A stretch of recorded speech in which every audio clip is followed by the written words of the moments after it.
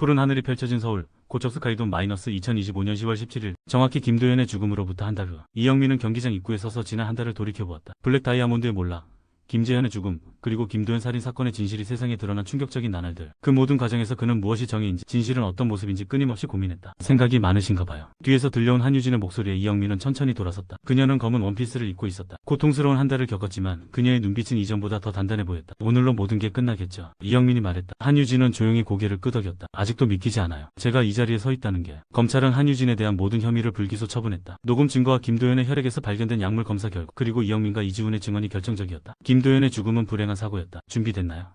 이지훈이 두 사람에게 다가왔다. 그의 손에는 기자회견 자료가 들려 있었다. 세 사람은 나란히 스카이돔 내부로 걸어 들어갔다. 메인 그라운드에는 수십 개의 카메라와 수백 명의 기자들이 기다리고 있었다. 오늘은 김도현 진실위원회의 공식 기자회견 날이었다. 단상에 오른 이영민은 마이크 앞에 섰다. 깊은 숨을 들이마신 그는 마침내 입을 열었다. 한 달 전 우리는 한국 스포츠 역사상 가장 큰 비극을 경험했습니다. 최고의 투수 김도현의 죽음은 단순한 살인 사건이 아니었습니다. 그것은 한국 스포츠의 어두운 그림자, 블랙 다이아몬드라는 거대 조직의 존재를 세상에 알린 서막이었습니다. 객석에서 카메라 플래시가 연달아 터졌다. 오늘 우리는 모든 진실을 공개합니다. 김도현이 어떻게 약물에 중독되었는지, 블랙 다이아몬드가 어떻게 그를 조종했는지, 그리고 그의 죽음이 어떻게 비극적인 사고였는지. 이영민의 발표가 계속되는 동안 스크린에는 증거 자료들이 차례로 나타났다. 앤디 바이오텍의 비밀 문서, PT-7 약물의 효과와 부작용, 김재현과 최 국장이 이끌었던 범죄 조직의 실체, 그리고 마침내 가장 중요한 순간이 왔다. 이제 김도현의 마지막 목소리를 들려드리겠습니다. 강당에 김도현과 한유진의 마지막 대화가 울려 퍼졌다. 약물 금단 증상으로 고통받는 김도현의 혼란스러운 외침, 그를 진정시키려는 한유진의 애절한 목소리, 그리고 비극적인 사고의 순간까지. 녹음이 끝나자 경기장은 완전한 침묵에 잠겼다. 수백 명의 사람들이 충격과 슬픔에 잠긴 채 서로를 바라보았다. 이영민은 다시 마이크 앞으로 나섰다. 김도현은 진실을 알리기 위해 목숨을 걸었습니다. 그는 스스로 약물 중독과 싸우며 동시에 블랙 다이아몬드의 압력에 저항했습니다. 그가 남긴 증거로 우리는 이 조직을 무너뜨릴 수 있었습니다. 그는 잠시 말을 멈추고 객석을 바라보았다. 앞줄에는 블랙 다이아몬드의 피해자들이 앉아 있었다. 약물에 중독되었던 선수들, 조작된 경기로 고통받은 사람들,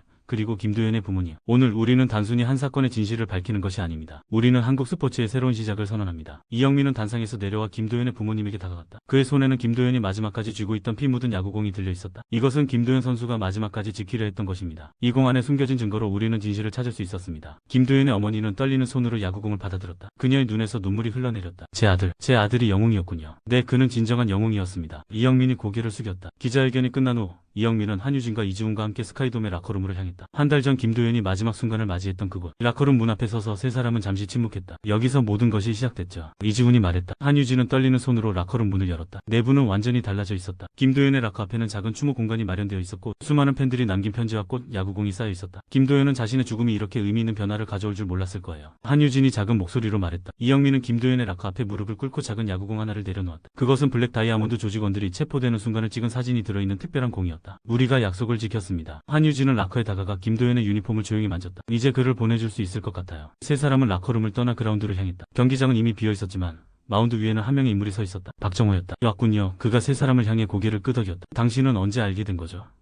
이영민이 물었다. 김도현의 죽음이 사고라는 것을. 박정호는 마운드에서 내려와 그들에게 다가왔다. 저는 블랙 다이아몬드 내부에 침투해 있었지만 김도현의 죽음에 대해선 확신할 수 없었습니다. 다만 김재현이 그의 죽음을 이용했다는 것은 알고 있었죠. 그래서 우리를 돕기로 한 거군요. 박정호는 고개를 끄덕였다. 정의를 위해서였습니다. 네 사람은 함께 그라운드를 가로질러 걸었다. 서서히 저물어가는 태양이 경기장을 황금빛으로 물들이고 있었다. 이제 어떻게 되는 거죠?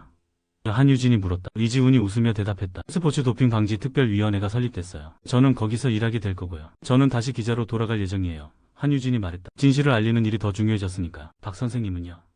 이영민이 박상혁을 향해 물었다. 저는 약물 중독 선수들의 재활을 돕는 센터를 설립할 계획입니다. 제가 만든 악몽을 치유하는 데 평생을 바치려고요. 이영민은 고개를 끄덕였다. 모두 새로운 시작이군요. 그들이 경기장을 나서려는 순간 한유진이 하늘을 가리켰다. 보세요. 모두가 고개를 들어 하늘을 바라보았다. 석양이 지는 서쪽 하늘에 밝은 별 하나가 빛나고 있었다. 김도현이 우리를 지켜보고 있는 것 같아요. 한유진의 눈에 눈물이 맺혔다. 이영민은 깊은 숨을 내쉬었다. 한 달 전 그는 단순한 살인 사건을 해결하려 했다. 하지만 그 과정에서 그는 더 큰 진실과 정의의 의미를 발견했다. 우리 모두 그를 기억할 겁니다. 이영민이 말했다. 한국 야구의 전설이자 진정한 영웅으로. 네 사람은 나란히 경기장을 빠져나왔다. 그들 뒤로 고척 스카이돔의 조명이 하나둘 꺼져갔다. 하지만 김도현이 밝힌 진실의 빛은 결코 사그라들지 않을 것이다. 그리고 어느 먼 날 사람들이 160km 강속구의 김도현을 기억할 때 그들은 단순히 위대한 투수만을 기억하는 것이 아닐 것이다. 그들은 진실을 위해 싸웠던 한 용감한 영혼을 기억할 것이다. 그것이 김도현의 진정한 유산이었다. 끝.